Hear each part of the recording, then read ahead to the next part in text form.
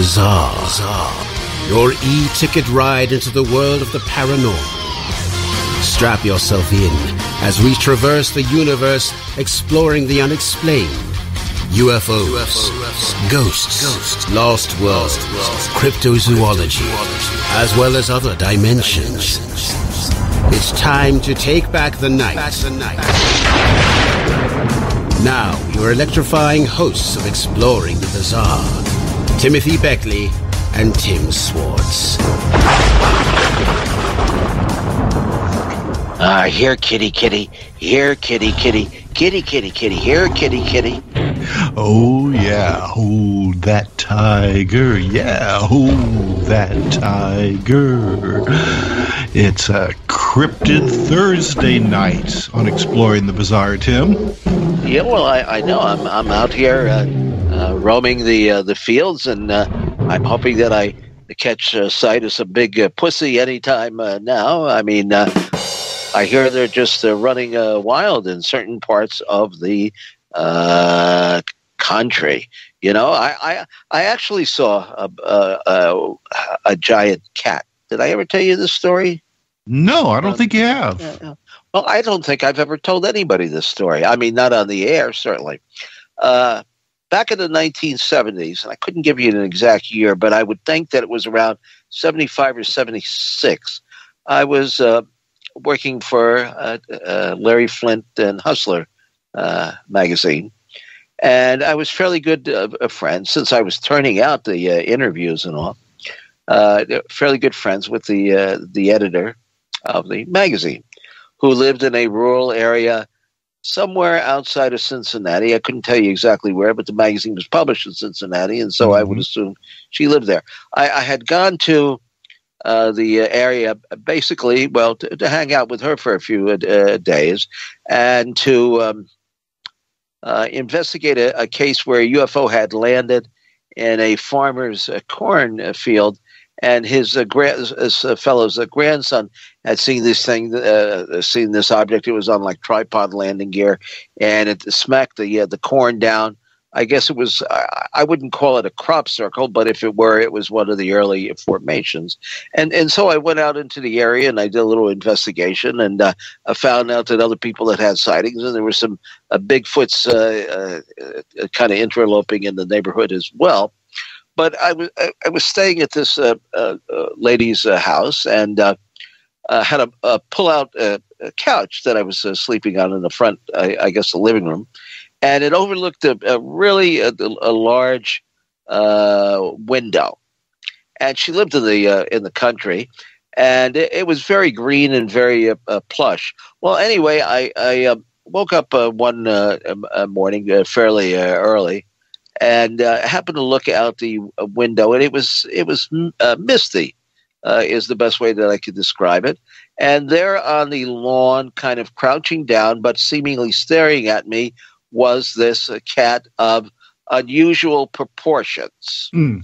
Now, if you ask me how large the cat was. Okay, how large was the cat? How large was the cat, Tim? Well, the cat was pretty damn large, but I really couldn't tell you because I don't know how to measure a cat. I mean, it looked big, and you know, when I thought about it for a while, I don't think big cats were not particularly popular at the time. I think they had some sightings in England and all, but these demon dogs and the big cats didn't wander over here, or didn't start to get some publicity till years later. So I saw this thing, and I mentioned it to the gal there, and I asked her, her name was Karen, if she had ever seen anything out of the unusual, and she said no, she couldn't recall. And anyway, the mist or fog kind of crept over the cat, and didn't see it any longer. And that's my cryptid story of the day. What color was it? A black cat. Okay. Yeah. See there. Nothing like a big black cat to set your day of fancying and dashing and whatever you do with a giant cat. I don't know. It was certainly it was unusual, but I've had a few unusual experiences in my time, but I never thought I'd see a giant cat. And, going back to this, I can't tell you if I couldn't swear on it. All I know is that it looked unusual and it struck me as peculiar at the time.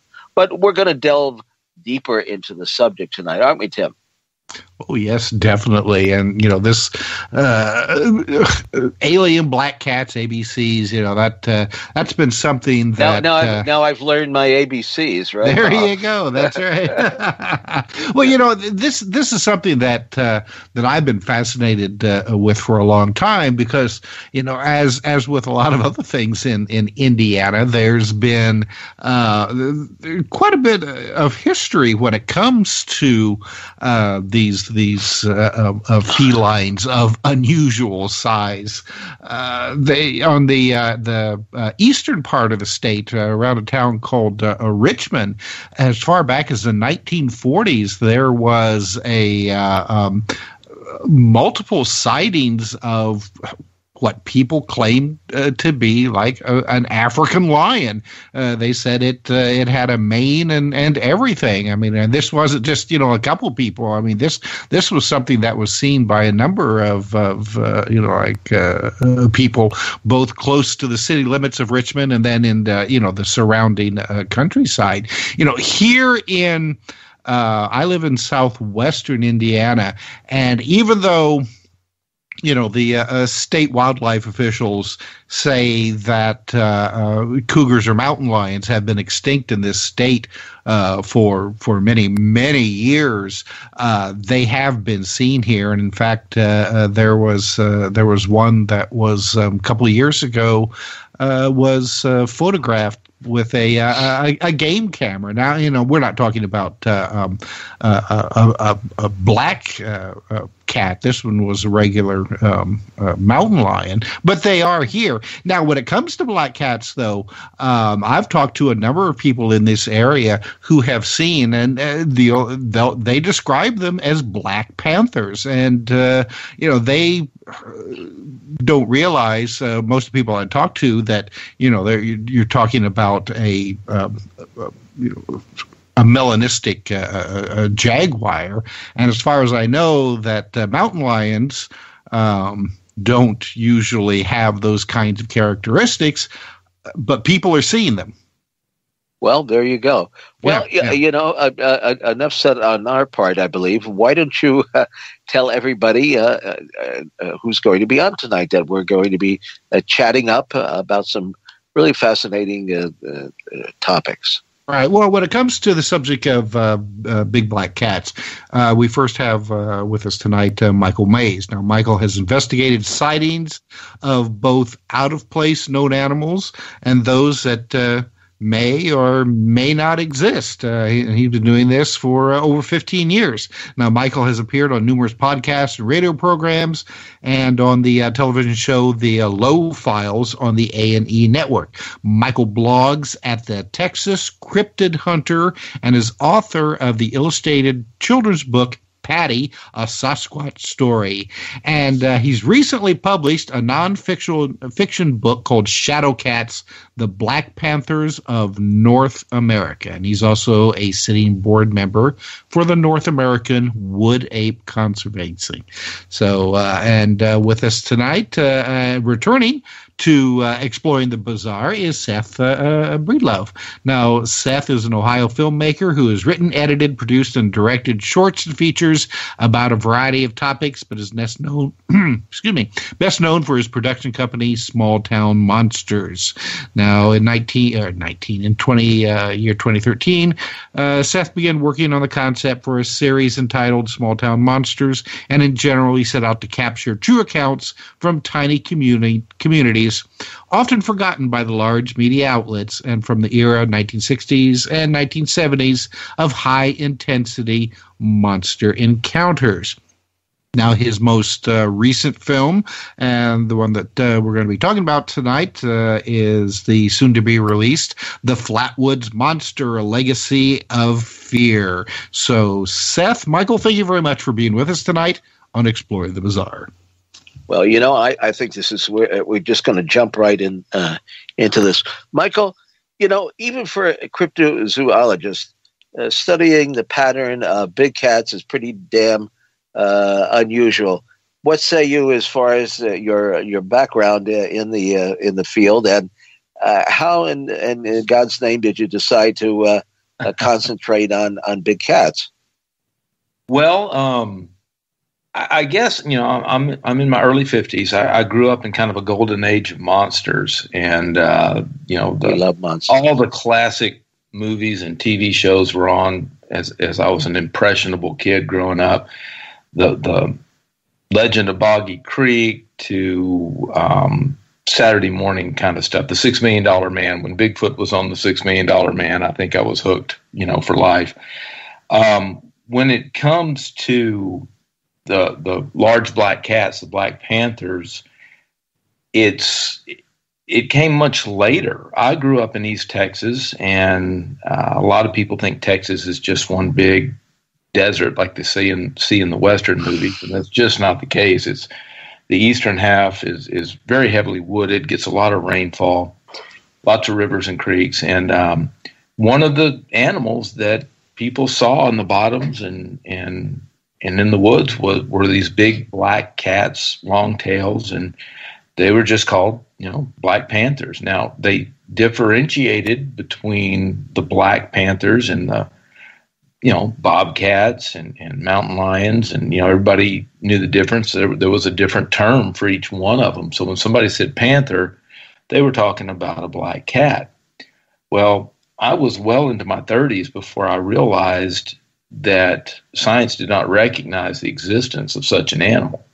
And I just couldn't believe it. Because down there, they're not common by any means, but they're not anything that people think is anything too unusual. They're just another animal that lives out in the woods. And so I began looking into it, and I had started the Texas Cryptid Hunter blog, talking about various topics. And one day I did a post on the Black Panthers of Texas, and I think that's what it was called. And the response was overwhelming, and just my inbox just became flooded with people who, gave me sighting reports and historical accounts and all this kind of stuff. And it came, much to my surprise, to be the number one topic on the blog. I really thought, wood ape, Sasquatch type stuff would be the thing most people wanted to talk about. The Black Panthers, like you guys said, that's kind of been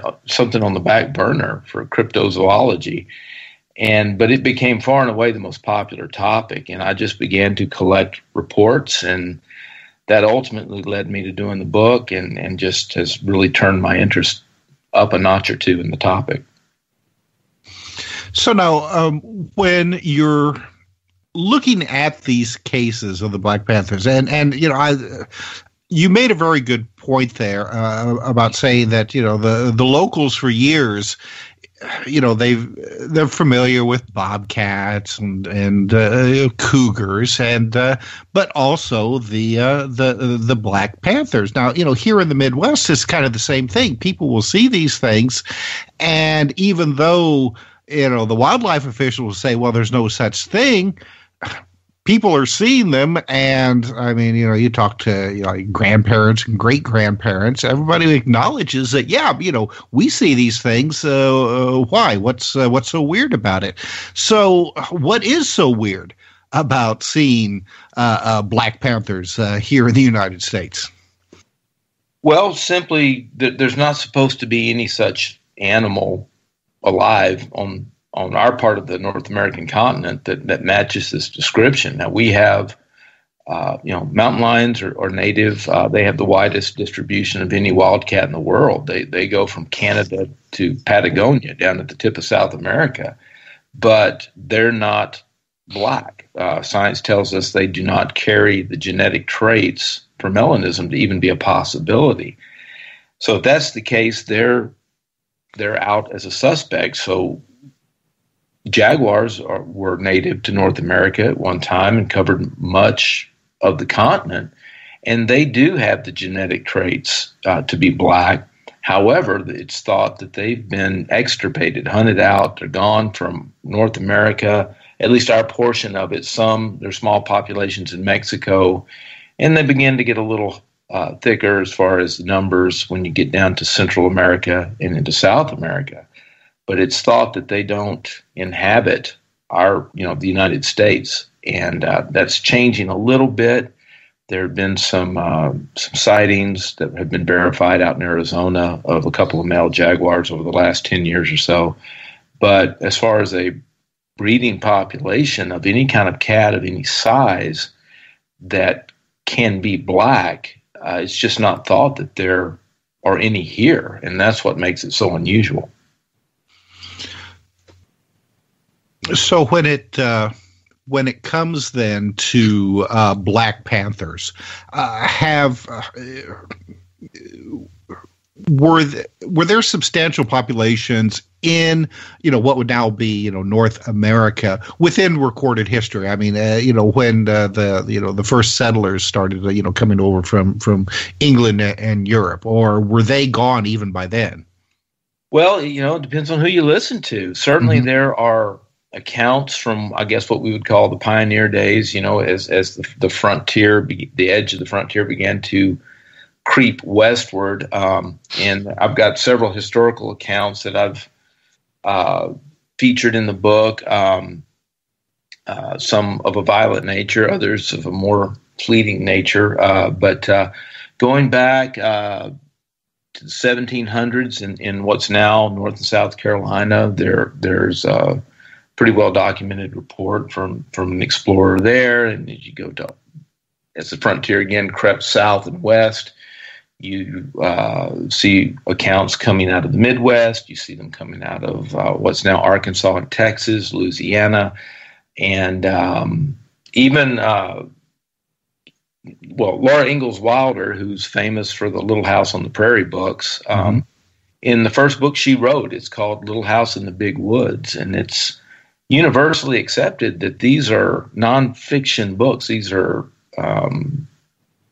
biographies. These are her memories as a kid growing up in the area that's now Pepin, Wisconsin. And in her first book, there's a chapter called Grandpa and the Black Panther, in which details a run-in her grandfather had with a big black cat that harassed him and chased him all the way back to the cabin from town one night. So these accounts do go back. That's when they really start to show up with the early settlers. As far as going back farther than that, it's hard to get a handle on that, because for the most part, the Native Americans did not write things down. Their traditions were all they passed things down orally, via storytelling. Well, how when you say large cats, how many pounds are we talking about here? And would they be larger than your normal panther, say, in a zoo? I mean, are we talking about something of gigantic proportions? I mean, is this something that we could say is? Do you think that all these things are physical, or is there anything supernatural about them? I haven't seen or heard any account that would lead me to believe they're anything other than a flesh and blood creature. None of them have, just went poof and vanished or anything of that. Nothing that would be outside the realm of what a cat could do. So I believe they're flesh and blood animals. What they are, that's what's up in the air a little bit. The sizes range from, that 40, 50 pound range up to some have claimed to have seen a cat they said had to have weighed close to 200 pounds.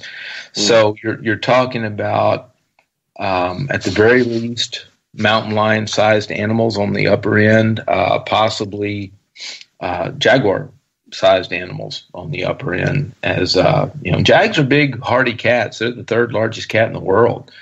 And they're very robust animals. So some of these accounts do feature really big cats. Some are smaller, what you could call about bobcat-sized in that 40-pound range. But what is their disposition? Varies. Most of the sightings are very fleeting in nature. An animal crossing the road in front of your vehicle as you're going down a country road somewhere. Others are hunters in a stand that get a look at one from a distance while they're out deer hunting. There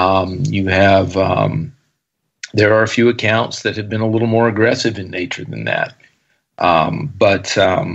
So it's kind of like any form of wildlife. If you imagine a bear, some bears just kind of meander off when you see them, and some get a little bit of an attitude with you. So it just depends on the individuals and the circumstances, I suppose. So now, you were talking earlier about the some of these older stories like Laura Ingalls Wilder, settlers talking about running into black panthers, but wildlife officials would probably just deny that there was ever any of these animals in North America. Am I correct? Yes and no. Then they might concede that, yes, jaguars were once dispersed across the continent and they can be black. So they might admit that much. But typically, you're right. They're going to deny. They're going to. The two standard explanations you're usually given by wildlife folks is that it's a case of mistaken identity.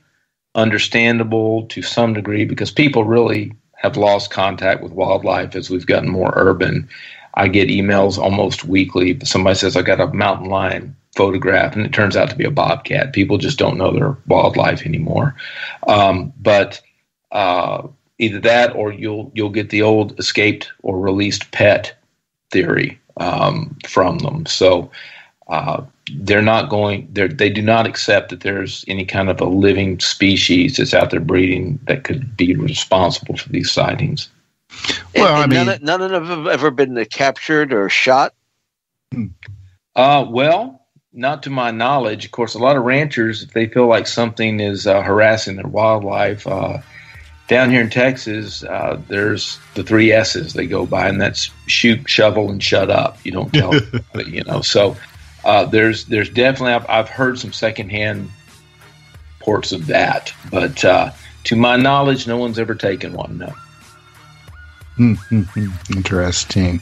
Well, Tim, we're at the close to our bottom of the hour break here, so why don't we go ahead and go to it? And when we come back, we will bring Seth into the conversation on exploring the bizarre. So stay tuned for more.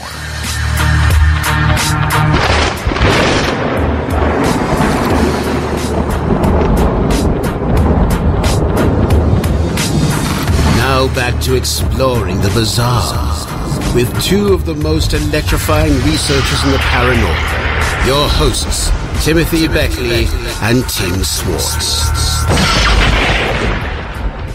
The being on the hill emits a putrid smell and is always preceded by an acidic, foggy mist which can burn flesh from bone. If you're unlucky enough to find yourself on the hill after dark, you just might catch a glimpse of the monster, wandering the forest, searching the skies for the rest of its kind. It is said that their return will spell the end of Flatwoods and the end of all humanity. And welcome back to Exploring the Bizarre. We're talking tonight about big black cats and other cryptid or weird creatures. So, Tim, let's bring Seth into the conversation because indeed. He made a film that's a subject that's kind of close to your heart, isn't it? Well, I like monsters. I mean, I don't know whether they like me or not, but there's just something. Only as a snack, Tim. I grew up during the late 50s, let's say, when the monster movies like Creature from the Black Lagoon and a couple of space monster movies and all were released. And I guess they were chilling. And even though they were, I think Bela Lugosi, didn't he fight a an octopus or some kind of monster that was just a big rubber dummy or something. Bride of the Monster, yes. Yeah. Oh, okay. So anyway, I love that kind of stuff, and we've worked on some horror movies together as my personality of Mr. Creepo, and Flatwoods Monster has always intrigued me. I knew Ivan T. Sanderson. He was one of the first on the scene, and my mentor to some degree, and my first publisher was Gray Barker. And the first issue of Gray Barker's, well, it wasn't even mimeographed. It was printed in purple ink, which would have been a ditto machine. And I had a copy of this. It was about 38 or 40 pages, the Saussurian Journal or Saussurian Bulletin.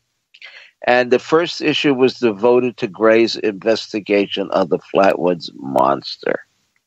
And it's been something that I've followed all these years. Whenever I get a little downtime, I'll go and Google Flatwoods and see what the heck is going on in that little community in West Virginia. But Seth is the man here, and he knows all about Flatwoods. So why don't you start out by describing the incident? We're talking about 1952? Mm-hmm. Yeah, September 12th, 1952. There's 5 kids playing football on a field. I can feel myself slipping into like Ivan T. Sanderson's voice because I've heard him say those lines like 100 times now from editing this movie. But there's 5 kids playing football on this field in a little valley, as he would say, in the village of Flatwoods, West Virginia. And they see an object streak across the sky that appears to be on fire and come to sort of a controlled landing on top of a hill near where they're playing football. They decide they're going to go up the hill and investigate what is on top of the, what actually came to a landing. Something to note, and something that has actually come more to my attention after finishing the movie, but most of the town saw this object go overhead. So it wasn't just like 1 or 2 guys. I've actually spoken to people from the town that saw the object as well. So most of the town. Why don't we describe a little bit about the town itself? I mean, it's a very rural community. If you live in New York here, like I do, you can't imagine Flatwoods. I mean, certainly what it was like in 1952. We're talking about Booneyville. I mean, way out in what would be the largest city? Well, I mean, Flatwoods itself is something like 700 or 800 people, and then the nearest bigger town would be Sutton, which is about 4.5-5 miles down the road. And then other than that, the closest major city is going to be Charleston, which is, maybe about 45 minutes away. So it's definitely a small sort of rural community. It does sit right off of the highway. So there is a major expressway there, but it's definitely one of the smaller places we've made one of our films. I remember I drove down there with Jim Mosley and Barbara Hudson, and I can't remember who else was in the caravan, but we went down to meet Gray Barker, and we drove a very rural area and over a couple of little covered bridges. And I couldn't tell you exactly where they were, but there's all sorts of little back roads around that area that wind around the countryside, and it's very no matter where you are there, unless you're on the expressway, it feels like you stepped back in time about 50 years. But anyway, these kids are, they decide they're going to go up the hill to investigate this object they saw land at the top of the hill. So they head up the hill, and along the way they stop at their house, two of the kids' house, the May brothers, Ed and Fred May. And at the house they pick up their mother and a friend of theirs, actually a cousin who was there visiting, named Jean Lemon. So there's now 7 individuals, and they go up the hill. And there's various versions of the story from here on out, and our movie attempts to sort of dissect that a little bit, how the story has sort of evolved and changed over time. But the classic telling of the story goes that they go up the hill, and along the way they encounter a strange sort of UFO object that's laying in this field. There's a mist that's hovering in the air. They have a dog with them. The dog goes into the mist and actually becomes horribly ill, runs off down the hill sort of crying, and actually vomits and dies, which we later explain never actually happened. They go on up the hill, and when they finally get to the top of the hill, they encounter this mechanical sort of being or mechanical object that seems to be hovering in the sky or in the air that actually kind of comes towards them. And when it does, they turn and they run down the hill. And that is sort of the classic encounter with the Flatwoods monster explained as succinctly as possible. Well, now it was reported as being 8 or 9 feet tall. Well, it was reported as being anywhere from 12 to 17 feet tall. It depended on what newspaper you were looking at. But the way the maze will tell you in terms of height, they do think it was about 12 feet tall, and they judge that because of the limb on the tree, how tall the limb on the tree was, and where they were sort of standing underneath that tree. So, I mean, that's always been what they claim. Now, where the newspapers get the 12 to 17 feet tall and that it breathed fire and all the other stuff that came out afterwards is anyone's guess. But I've never covered a story that is sort of morphed into an urban legend to the degree. Well, I was going to say it is a true urban legend and a bit of Americana that has grown in, I guess, popularity. I mean, to this day. Otherwise, you wouldn't be doing a movie about it. Now, wasn't there a report? I guess one of the unique features about this. Do we know if it was a creature or a mechanical device? Well, the witnesses, and it's weird because I'm extremely skeptical when I cover these stories. Very often I come away from them feeling even more skeptical, and this is the one story where I came away from it saying I 1000% believe every single thing that Ed and Fred May said they encountered that night. So their description is that what they encountered, they don't know if there was anything living in this object. It was a hovering sort of missile-shaped object that Ed May actually compared to a V-2 rocket. So what they claim, what Ed and Fred May said they saw, is nothing all that out of the realm of possibility. It's sort of the additions to the story that have come after the fact that are typically connected to the UFO sightings that were seen over the U.S. that night.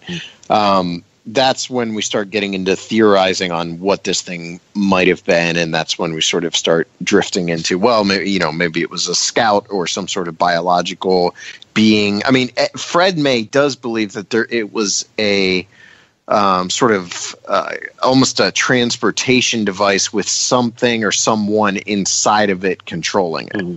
And the reason he feels that is that he thinks what were perceived as eyes were actually portholes, and that there was actually someone inside the object sort of controlling it. But the Air Force explanation was that this was an experimental rocket. So that's that it just depends on who you want to believe or what theory you want to go with. Whose experimental rocket? I guess the Air Force's. I mean, that's what was in the letter. They're taking off and landing in Sutton, West Virginia, Flatwoods, West Virginia. Yeah.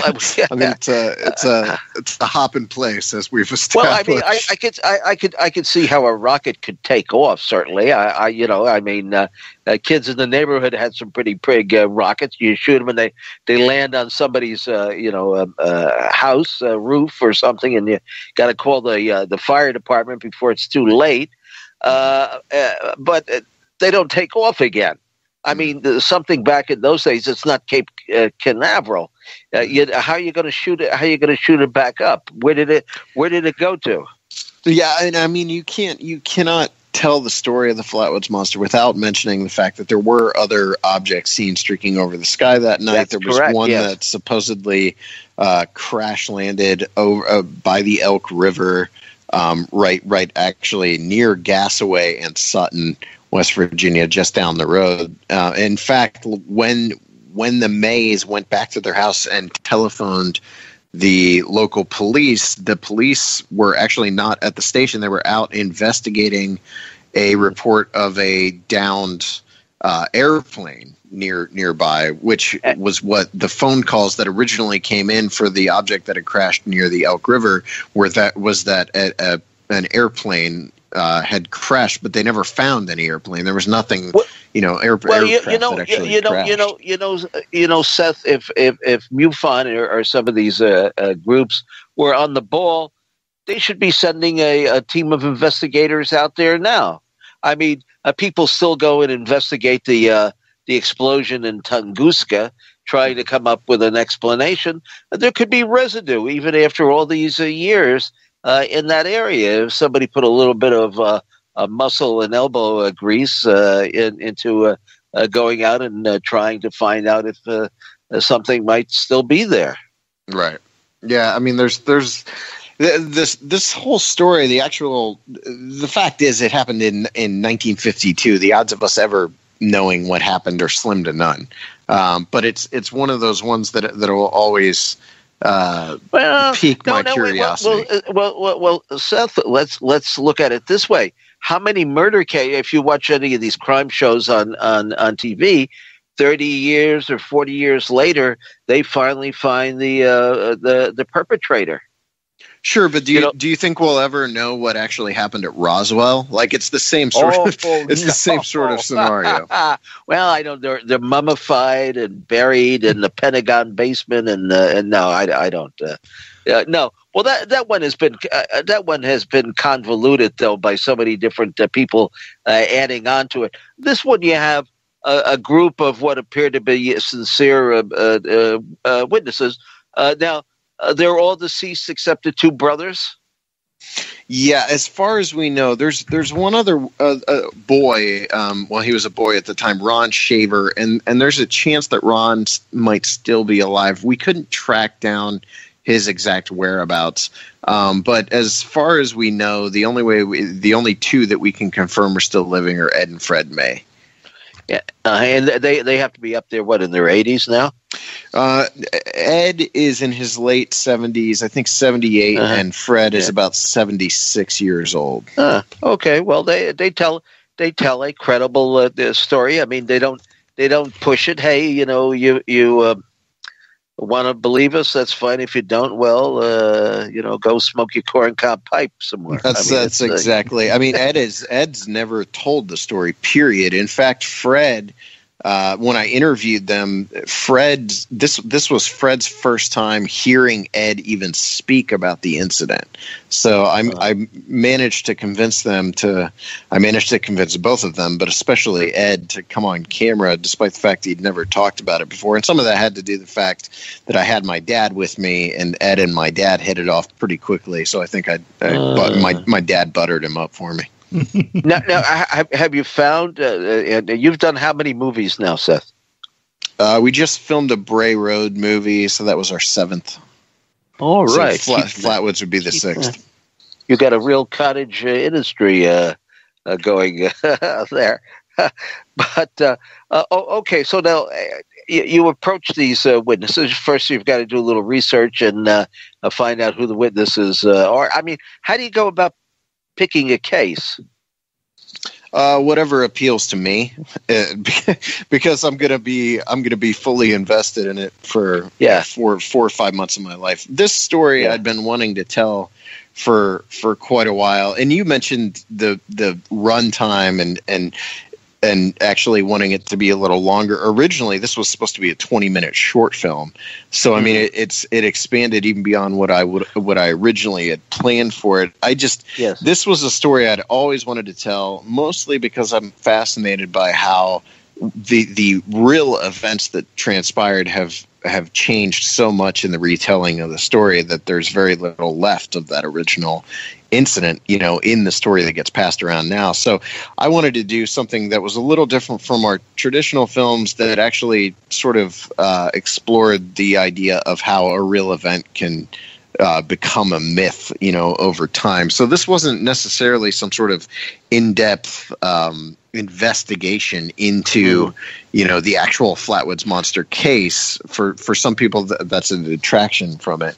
But for me, this was more about exploring the urban legends and that sort of thing. Well, you do seem to take the approach of the original filmmaker, like Boggy Creek. I guess that must have influenced you. How old were you when you saw that, The Legend of Boggy Creek?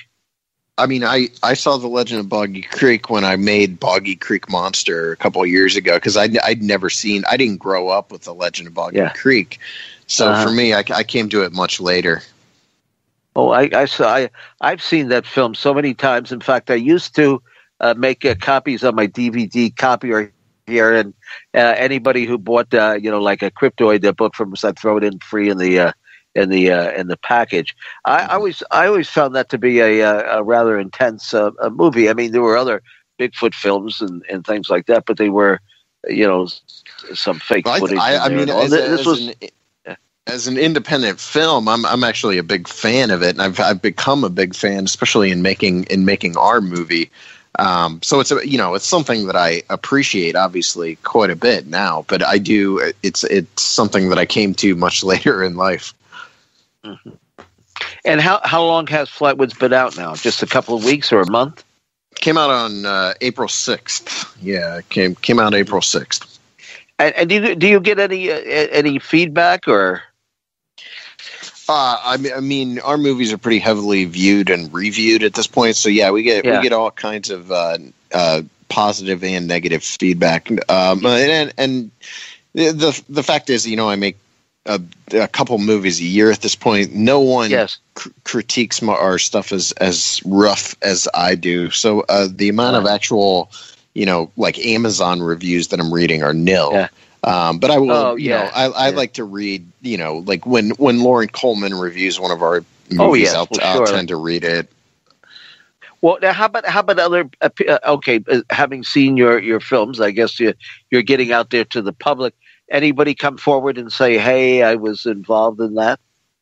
Well, actually, this is a cool one. With the Flatwoods Monster case, I was doing a screening here in Wadsworth, Ohio.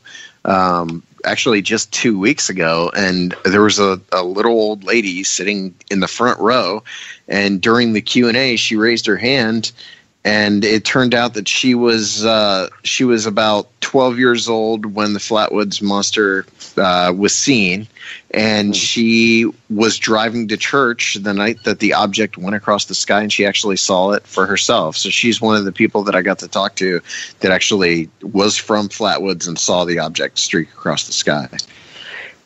And now, so you have this sighting, initial sighting of this creature or this machine, device, apparatus, whatever you want to call it, and you had other reports, both of UFOs.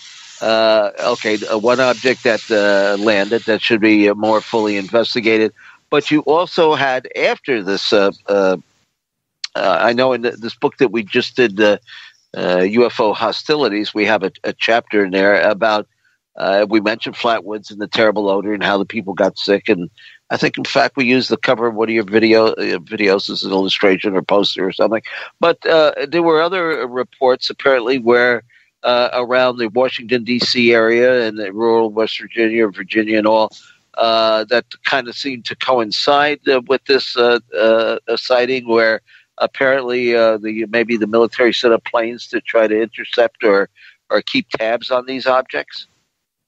I mean, I've heard all that stuff. I haven't investigated it myself for the simple reason that a lot of the research into that was done by one particular researcher. Yes. Who threatened me with a lawsuit if I used any of his research in our film.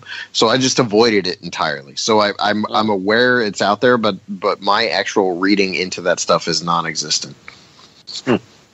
Okay, well, that's understandable. But yeah, apparently, of course, now the 50s was when it came to UFO sightings in general.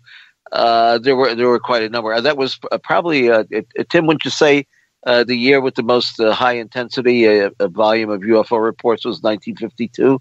Yeah, for the 1950s at least. I mean, there's been some other times after that, but yeah, the 1952. There's pretty much a kind of a wild west of UFO sightings at that time. Mm-hmm.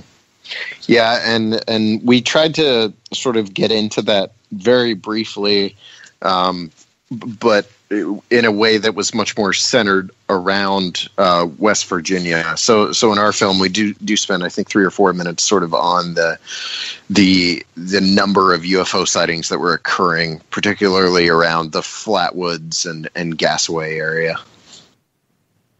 Well, I appreciate, though, that you were able to find those two gentlemen, the witnesses, to that event, because so many times with these early stories, all we have left is the recollections from newspaper articles or books, and like you were attempting to do in the movie, the story can sometimes just get so bent out of shape. So it's great that you got these guys who are able to tell the story as it actually happened, and unfortunately we don't get to see that very often anymore.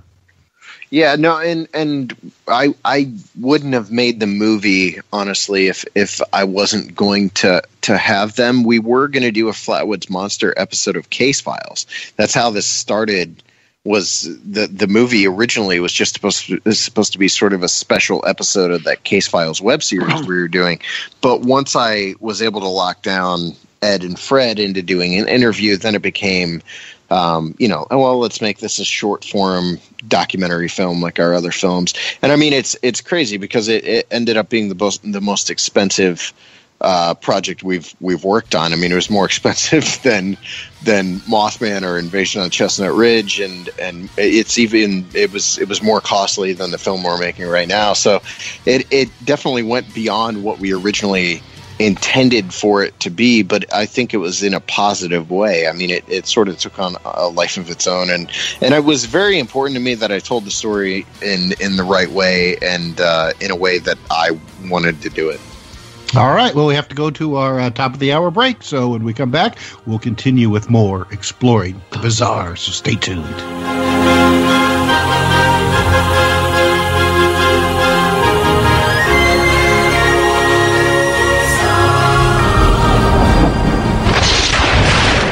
Exploring the bizarre.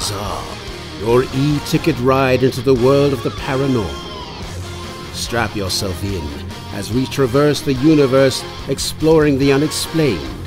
UFOs, ghosts, lost worlds, cryptozoology, as well as other dimensions.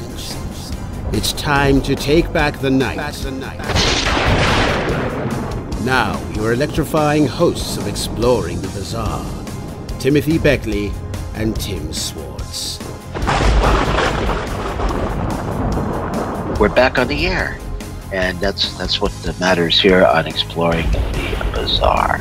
Every week, we bring you the best in paranormal and UFO discussion and anything that's on the fringe. And tonight we're having a great show. We're talking about cryptozoology. We're talking about big cats, and we're talking about Flatwoods and the Minerva Monster and the Beast of Bray Road. And our guests are Michael Mays and Seth Breedlove. And Seth, you had a question that you wanted to ask Michael? Sure. Yeah. The Minerva monster case. So in Minerva, Ohio, going back to the 70s, there's always been sightings of large cats in that area, particularly like large tabbies. But with the Minerva monster itself, the Caton family always said that they saw this creature, the Bigfoot-like creature, the Minerva monster, accompanied by cats, usually two cats, black cats. I was just wondering, are there other accounts you're aware of where where Bigfoot type creatures and large cats or large felines, where they're seen in the same general area? Are you aware of like other cases like that? And do you have any like theories or anything, thinking about how you think about that? I haven't gotten any reports of any kind of a Sasquatch type creature being seen at the same time as a large cat of any color. Now, as far as being seen in the same area, you're talking about river bottoms and marshes and isolated patches of woods and green belts and things of that nature. Then yes, they have been seen in generally the same areas at different times. More along the lines of what you're asking, I have heard from time to time a theory that coyotes will follow or hang around these wood apes, these Sasquatch creatures, whether that's some sort of true relationship or whether they just realize that there'll be scraps to pick from after one of these apes makes a kill or something like that. I do not know, but I've heard it more often in relation to canids like coyotes than I have with any kind of cat. Have there? Okay, so to get real inside baseball here, and it's probably going to open us up to needing to explain what we're talking about. But have there been sightings of any bobcat or mountain lion in Area X?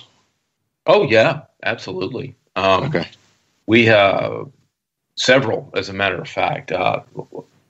Lots of bobcat photos. They're not unusual.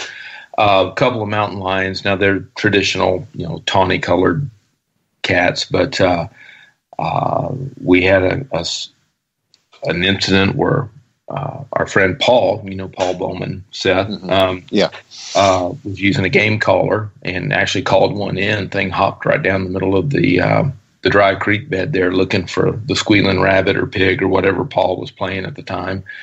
Got a good look at him. We had one take a stroll right through camp a few years ago while I was there. I watched it on the thermal across the trail, probably 30 yards from where we were set up.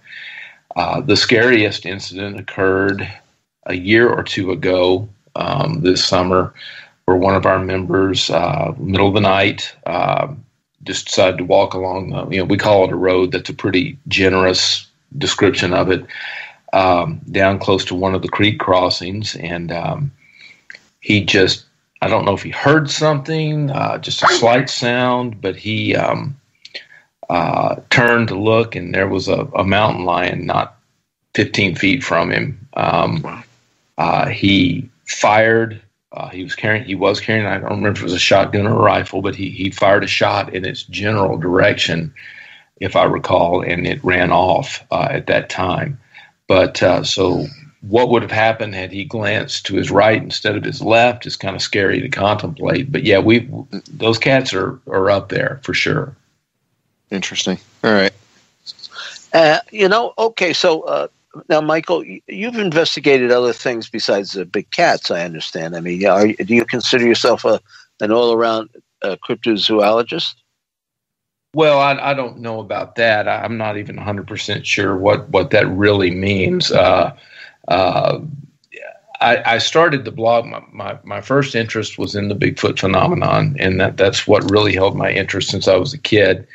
And that's how I got involved with the NAWAC and started my work. Now, what is the NWACP? NAWAC. That's the North American Wood Ape Conservancy. It's a research group trying their best to bring to light proof that these animals do exist. That's kind of my first love as far as this kind of thing goes. But I do have kind of many and varied interests, which is what led me to kind of start the blog in the first place.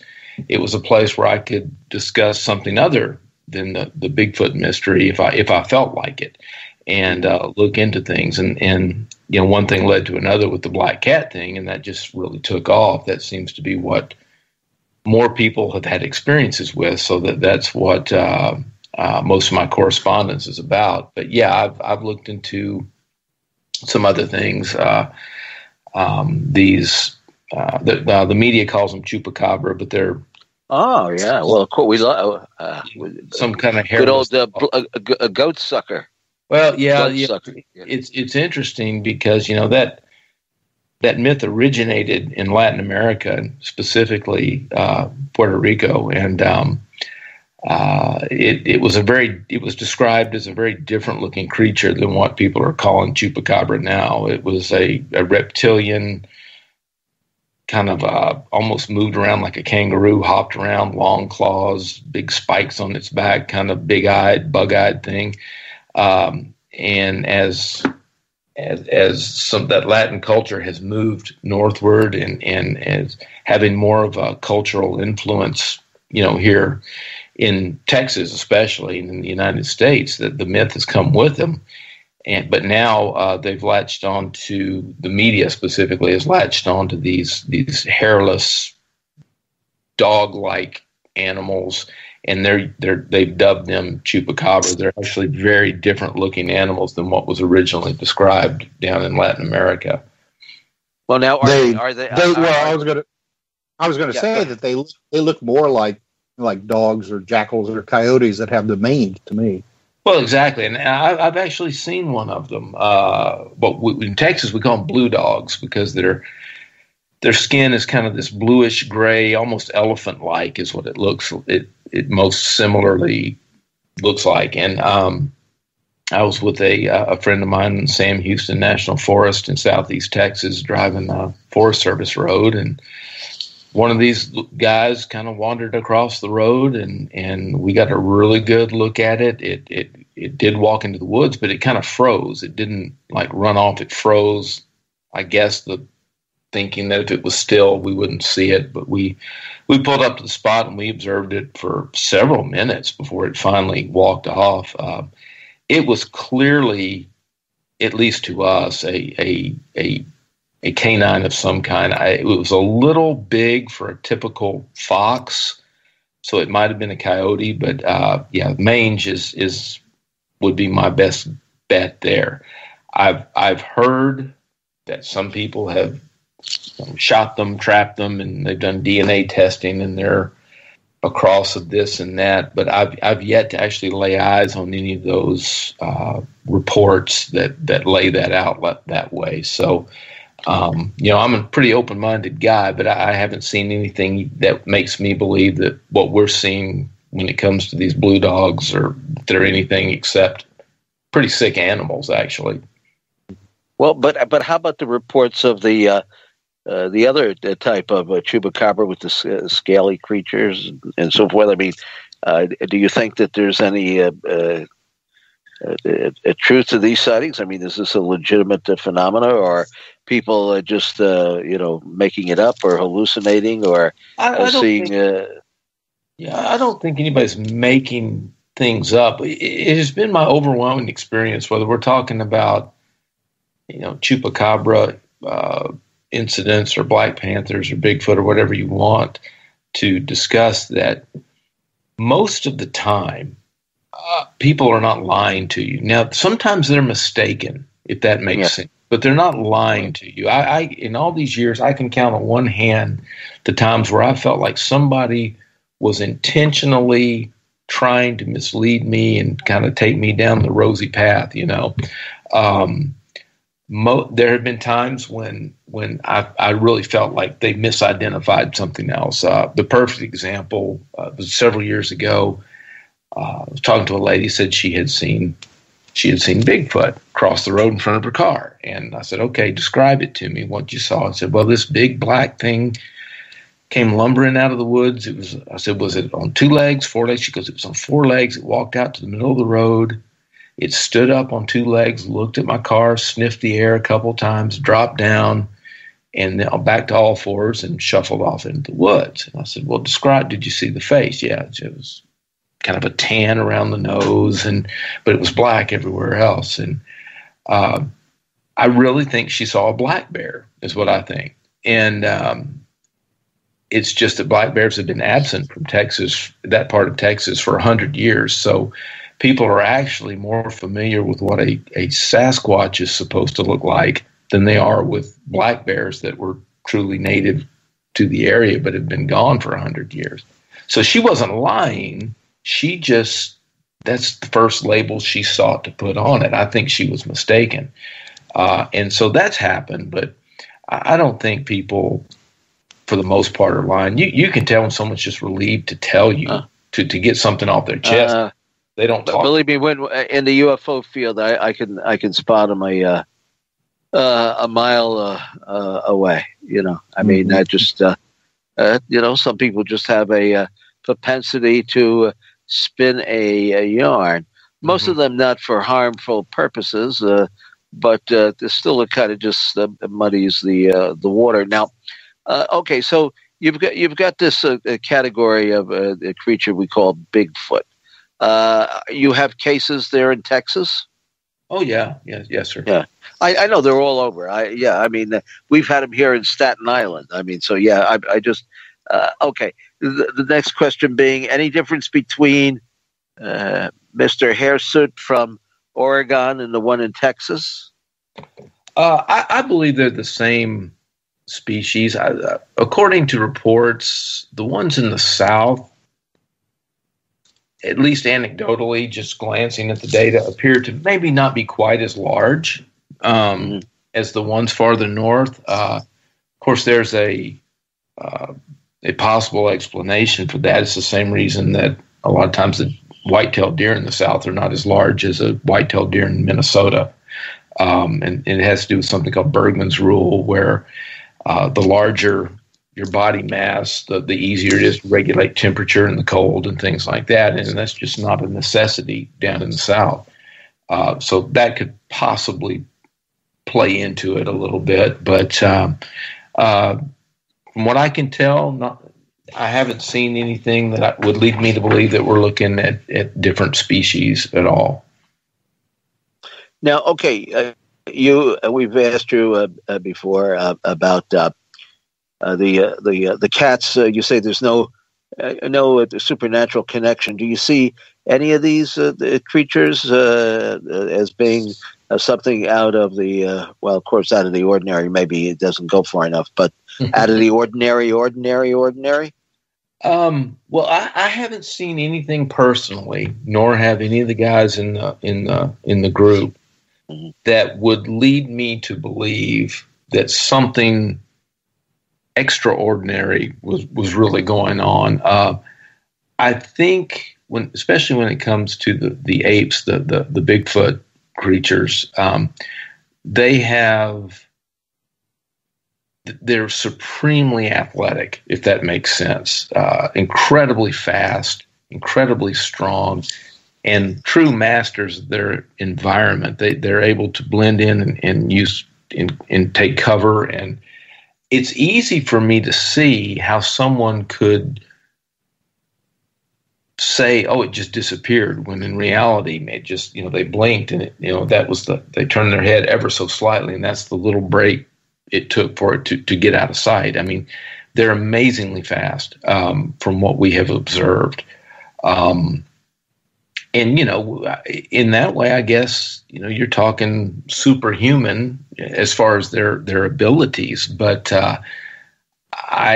this business you hear about, oh, we got zapped. We've never experienced anything like that.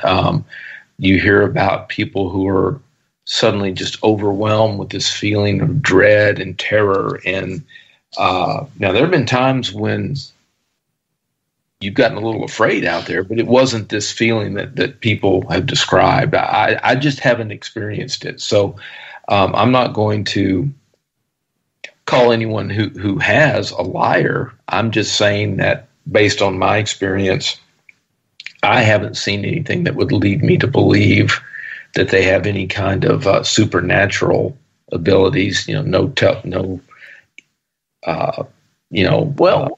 don't we have more evidence than hair samples? We've got some obviously footprints that have been left behind. But why don't we have any more evidence? Why hasn't somebody either captured one or I'm sure there's enough armed people in Texas to bring down a number of Bigfoot Well, creatures there. That's the $1 million question, and I probably don't have a satisfactory answer for you. What I can say is a big part of the reason is because, truthfully, nobody's looking. You have a lot of weekend warrior type groups where they'll go out for a Saturday and a Sunday, maybe if it's a long weekend, a third day, and then they pack up and they go home. And what we have learned is that the longer you stay, the more agitated they seem to get and the more chances they seem to take. Most people just aren't around long enough. They've been conditioned to humans come in the woods for a weekend, 2-3 days, maybe a week at the most, and then they pack up and they leave and everything's back to normal.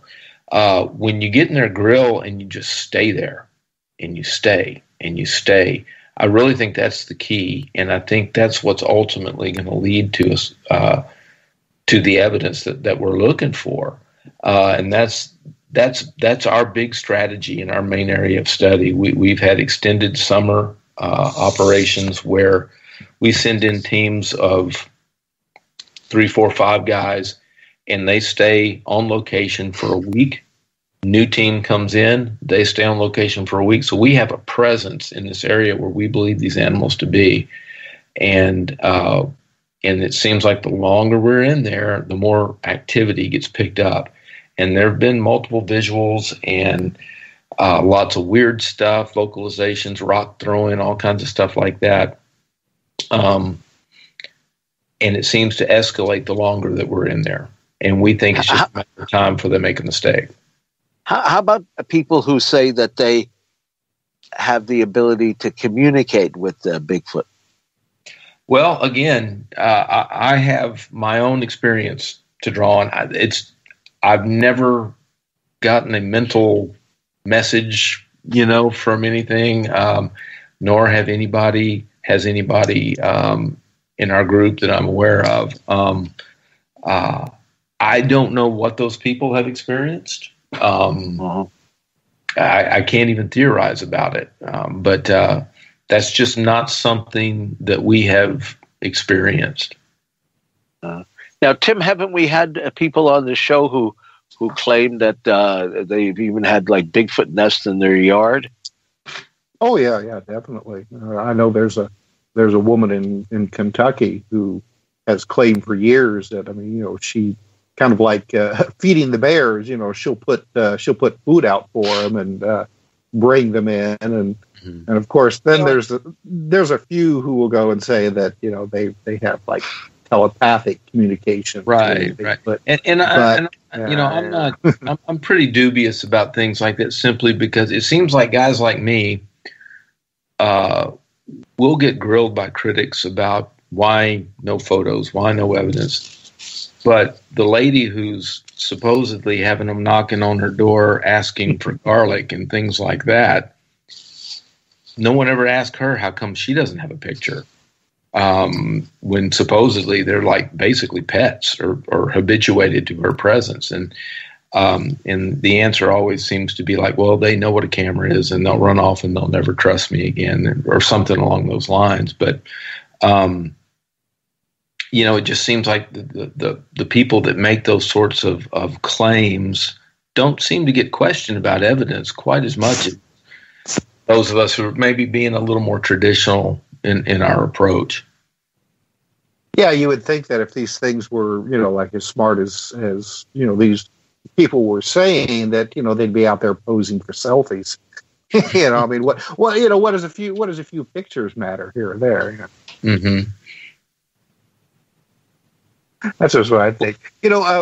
Tim, unfortunately, we've got a break coming up in 2 minutes, according to Tina here. So we got a little bit more time. But and I don't know, Michael, if we have enough time for you to answer this question before we come back.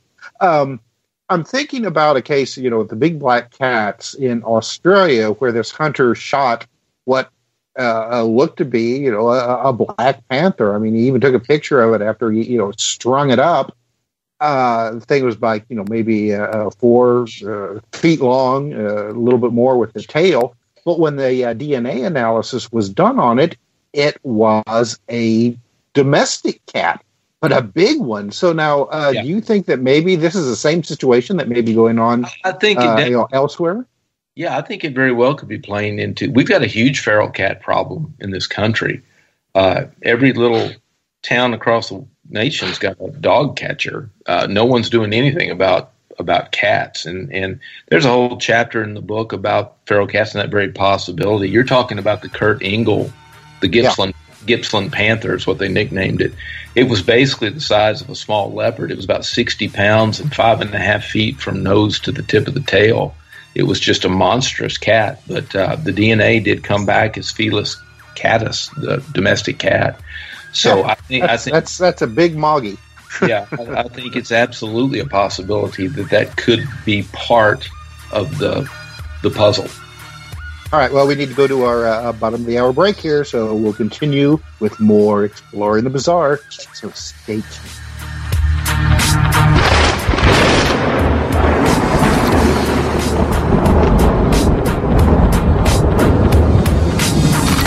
Now back to Exploring the Bizarre with two of the most electrifying researchers in the paranormal. Your hosts, Timothy Beckley and Tim Swartz.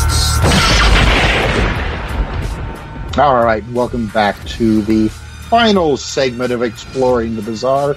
And Michael, real quick, I wanted to continue that thread that we were talking about before we had to go to the break about the idea that feral domestic cats could be getting big for some reason. I mean, what have you seen that? Do you think? I mean, I've seen some of the videos that were sent to you on your blog where, some of these big black cats could actually be, like an oversized domestic cat. But I mean, what do you think is going on here? I mean, how can, like a domestic cat get so big?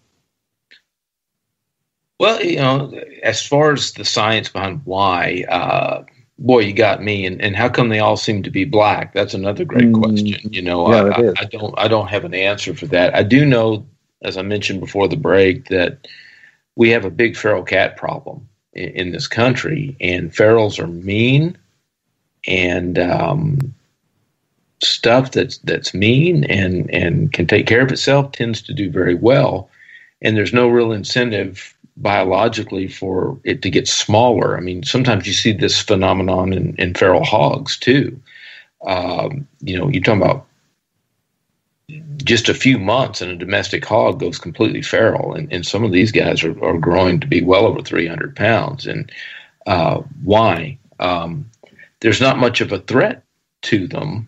A lot of the predators that might normally keep a population of hogs or feral cats, in this case, in check, a lot of those predators are gone now. Down here in our part of the world, we still got quite a few coyotes, but the wolves are gone. The bears are gone. The big cats are beginning to creep back in. It seems like a little bit, but still, there's just not that check on the population that there used to be. So maybe it's just a matter of they are filling the niche that was left vacant by the larger predators, and they're growing larger in order to do that job. But that's just speculation. Right. Well, and then there's also the and I'm not sure if I'm pronouncing it correctly. What is that? The Jaguarundi? Am I calling that right? Yes. Jaguarundi, yes, sir. Yes, yeah. sir. No, okay. Now there's a feline, a big feline that I have to admit I've never heard about before. Now, so what is that? Well, it's a small wild cat. It's more populous in Central America and up through Mexico. The accepted range, it goes north into extreme South Texas. Not really thought to go farther north than about the Corpus Christi area and along the coast. There's a lot of anecdotal evidence that says that's not true, but they're very unique looking cats. They're almost otter or weasel like. They have very long bodies, an extremely long tail. In some cases, the tail is almost as long as the entire body. The head is kind of odd shaped. It's kind of flat. That's what kind of gives it that otter-like appearance.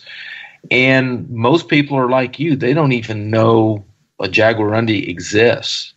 And when they see it, they're unfamiliar with it. It's unmistakably a cat of some kind. And they do tend to be a little larger than a domestic cat, but they have this elongated body where I feel like it's pretty easy to think that you're seeing a larger cat than you really are, because they are odd looking. And again, glimpses of these things tend not to last a long time. And there's some anecdotal evidence that they have expanded their range all along the Gulf Coast of the United States, from Texas all the way into Florida. That's not accepted by mainstream science, but there's photographs and a lot of evidence that would lead you to believe that it's a possibility. And they do come in black. Is that their usual color, black? There are two color phases. One tends to be kind of a reddish blonde kind of color, and then there's a very dark gray to black. It varies a little bit by where they are. A lot of the people say that the Jaguarundi that are down in the Costa Rica area in the jungle, they tend to be darker because the jungle is darker. The ones that live on more of a savanna, grassland area will tend to be more of the blondish red color to blend in there. Although both color phases are found in both environments, so it's not 100%. But they do come in black. So if you look at this black panther phenomenon as a big puzzle, I think they're a piece of the puzzle. How big a piece remains to be seen, because some of they just don't get that big. A Jaguarundi that weighed 30 pounds would be enormous. And some of these descriptions, most often people compare them to their dogs because that's what they have, to go by scale, and they're as big as a Weimaraner, which is about 60 pounds. They're as big as my German Shepherd, which is 80, 90 pounds. They're as big as my Black Lab, which is 90 or 100 pounds. Great Dane size. You hear all these things, and even if they're off a little bit in their estimation of size, they're still much larger than what a typical Jaguarundi would be. So I think in some cases, people probably did see a Jaguarundi, but some of the witnesses just describe cats that are just far too large to have been one of these animals. Well, what is your ultimate goal? I mean, is it to convince people that these cats are real, or do you want to capture one, or what do you what would you like to see happen? Well, my ultimate goal would be just to find out what the heck's going on. What are they? I do believe there's a biological entity of some kind that's responsible for these sightings. Are jaguars making a comeback? Now, we discussed way at the beginning of the program a little bit about melanism. We kind of touched on the genetics. One important detail about jaguars that they do display melanism. It's thought to be in less than 10%. However, the gene for melanism is dominant. So if you had a population that was kind of separated. It got kind of set away from the bigger breeding population down in Mexico and Central America. They were isolated maybe up here and kind of cut off from that other population. And if there were melanistic individuals among that population and they did breed and reproduce, that dominant trait is going to exhibit itself in the phenotype. It's going to be, you're going to have black cats, and over time they would become virtually all black. And a lot of people, they ask, well, if they're jaguars, how come we never see the spotted kind? And it's a valid question, but that's the answer. The genetic, the allele, the gene for melanism is dominant. So if you have a population where that trait is present and that population does not have access to a larger population of regularly marked cats to breed with, it's not going to be long before they're virtually all black. So that's a possible explanation. But you have there are people who have written into your blog who have stated that they were fairly close to these animals, and even though that they were black, they could still see the spots underneath. So to me, that's a jaguar.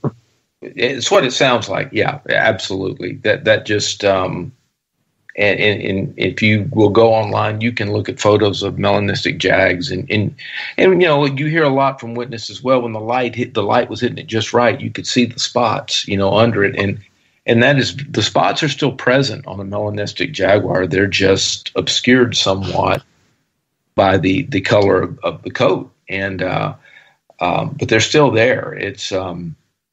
It's interesting, and that's one of those little details that sometimes you'll hear from a witness. You had mentioned, one of you had mentioned about the UFO witnesses, how you can spot a fraud, pretty easily through experience. And there are little subtle details that you listen for, and every now and then you'll get a nugget that you just think, okay, that rings true. And that's one of those things that does.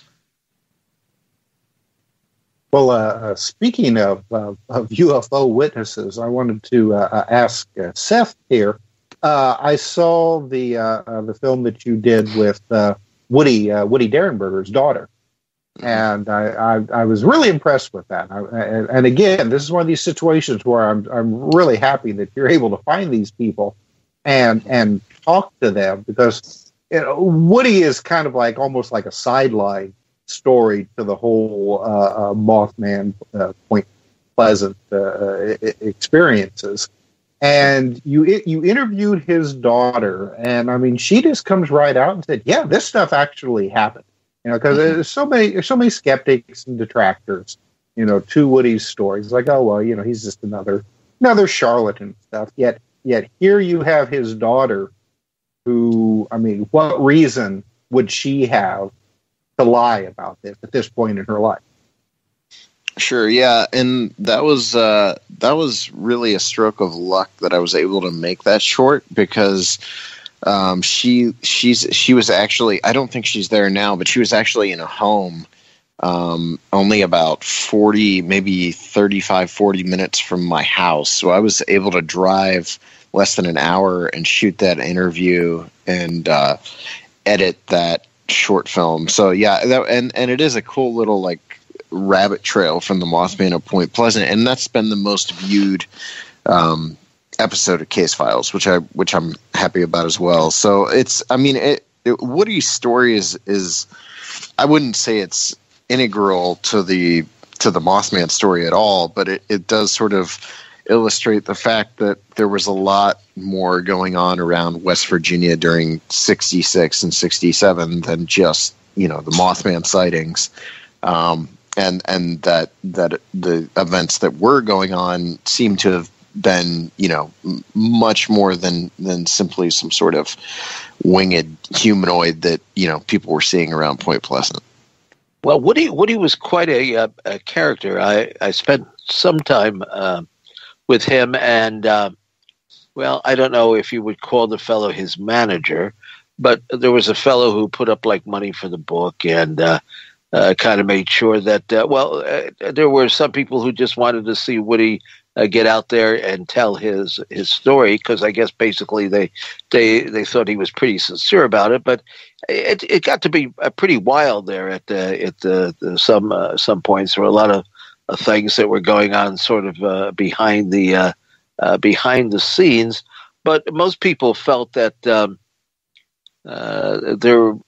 was something that he had had experienced, and maybe he added a little bit of Southern charm to it, and spun the yarn a little bit bigger than it might have been. But I don't think too many people doubt that he really did have this the experience, the initial experience, Yeah, and also too, there were people who felt the presence of Mr. Cole. So what I liked about their story so much is this is what draws me to any story, is the human sort of element.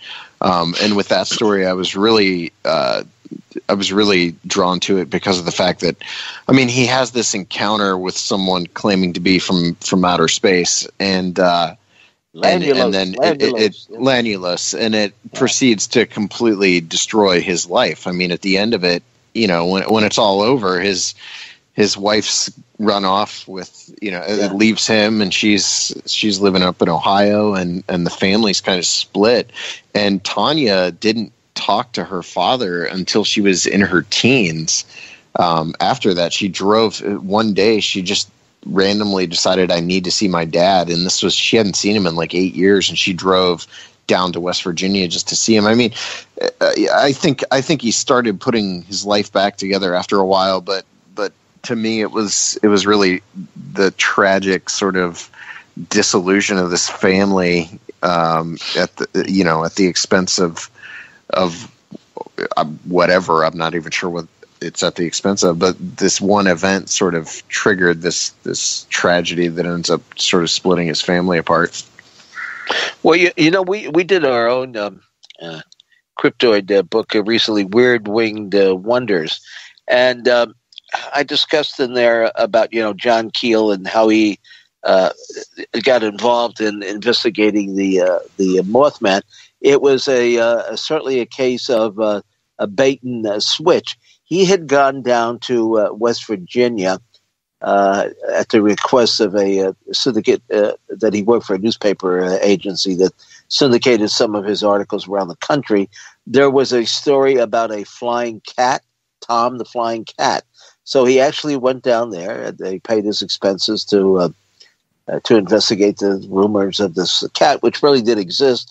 The cat had wings, made it up to New York, not by flying, I guess in an airplane, and there was a lawsuit over the cat and the whole thing. But while he was down there, that's when the Mothman first appeared, and he heard about it and ended up going to the TNT area and interviewing some of the people that were involved.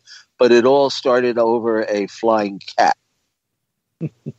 And so we tell the story in the Weird Winged Wonders book, along with many other tales of from the twilight zone of cryptozoology. Hey guys, do you mind if I ask Seth the question? Please do. Yeah. Seth, a lot of these guys, going back to the Mothman story, there's this belief that the appearance of this creature is like a bad omen. Something terrible is going to happen, and they've tied it into the collapse of the Silver Bridge there. Yeah. Do you put any kind of stock in that at all? Did the people? I don't. That? Yeah, I don't. Like on a personal level, I don't tie them together. Mostly because I don't think the sightings stopped after the bridge collapse. It'd be one thing if like the sightings just completely stopped after the bridge collapse, but they didn't, and people were still reporting it in the weeks to follow. So that's one thing. And then the people, no one that I talked to really tied the bridge collapse to their sighting of the Mothman, other than, and I didn't interview her, but I do think Linda Scarberry might have felt there was a connection. But as far as like the witnesses I interviewed or the witnesses I've spoken to, none of them really did tie it in. Now, one thing about the Mothman that is interesting is that so many of the people we did talk to described it in a way that would be supernatural. The most common thing we heard was that it was some sort of demon. And that kept coming up, like that constantly was coming up in witnesses we spoke to, is that they felt like they were seeing something supernatural or demonic, or I always forget her name. Marcella Bennett said in an interview that she thought she was actually looking at Satan. So I always thought that was interesting, and because this is like with the Mothman, it's one of these stories where I really don't see how they're. I don't necessarily see how it could have been a misidentification because of how many sightings were taking place around the area. I do think there were misidentification of owls, but when you're dealing with, upwards of 200 sightings of this thing, I just don't necessarily think that all those sightings were of an owl. But I always did think it was interesting how so many of the original witnesses described what they saw as being like demonic or something like that. But as for like tying the bridge collapse to the Mothman, that I personally have a hard time doing it. I just don't see the connection, other than the fact that it was there. I think we're going to tie the Mothman to the end of the show because we only have a few minutes left, Tim. And you know what that means. Well, that's right. We need to go around the table here and get whatever information that we can in the remaining time that we have, so that our listeners can, if they want to visit our guest websites, check out their books, that sort of thing. So why don't we start with Michael here? Michael, where can our listeners find out more about you? Well, I blog at the address is texascryptidhunter.blogspot.com. You can go there, and I've got years and years worth of posts up there. You'll find out more about me than you ever care to, probably. As far as the books, there are links to the books I've written there. The latest one, the Shadow Cats book about the Black Panther phenomenon, is available. Amazon, Barnes & Noble, the usual online places. And there is a direct link at the blog. You could hit that. I do have a girl starting college in the fall, so I'd be most appreciative of anyone who might pick up one or a dozen copies. That would be really, really nice. So, but that's where you can find me. And there's an email address there as well that you can contact me directly if you care to. All right, and it's a very good book, by the way, Michael. I know that you've gotten a lot of really good reviews for it, and I do recommend it. I've been very pleased. Yes, I've been very pleased. I do recommend it. Anyone interested in this subject, go out and get this book. And Seth, what about you? Where can people right now go and see the Flatwoods Monster? It's streaming on Amazon and Vimeo on demand. Along with a bunch of our other movies. Mothman at Point Pleasant and Invasion on Chestnut Ridge are both free through Amazon Prime right now. Chestnut Ridge, loved it. Chestnut Ridge. Thank you. Yeah, that's I think that's our best from a technical standpoint. My favorite's Mothman, but technically I think we grew a lot with Invasion. But yeah, you can buy DVDs through shop.smalltownmonsters.com and the group. The NAWAC, if you want to learn more about the group that Michael and I are both members of, that's whatape.org. And ape.org. Yep. And what did you say earlier that the film you just currently finished? The film we just finished. Well, the next one we have coming out is Champ, On the Trail of Champ. That comes out June 16th. It'll be streaming premiere. The streaming premiere takes place at vidi.space, which is Nick Groff and Elizabeth Saint's new streaming platform, and then it'll move to Amazon in July. And then in sometime later this year, probably around November, we are putting out the Bray Road Beast, which is our retelling of the Beast of Bray Road stories with some dramatic new twists that we turned up while we were making the movie. So you will not want to miss that, because we found some really fascinating pieces of that story that have never been told before. It's some great stuff we've covered, and I want to thank our guests for being on this evening. And of course, the show will be up in the archives here in just a little while at kcorradio.com. And don't forget our YouTube channel, Mr. UFO's Secret Files. We have 2 tribute shows that we put up there.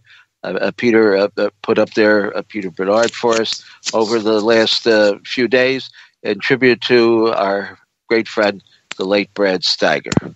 Yep, and we have got a new book that has just hit the shelves, UFO Hostilities, and it's a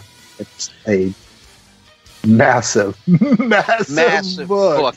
Oh, and a Nikola Tesla book that you're finishing tonight. That's right. And more material up on your blog. Yeah. Well, I want to say I did get my UFO Hostilities book today. Oh, wonderful looking book, right? 457 pages. That alien comes at you, just swipe him with this, man, and they'll knock him right to the ground. Anyway, go to Mr. UFO's Secret Files on YouTube and look us up on Amazon. Type in Interlight-Global Communications, and good night, everyone.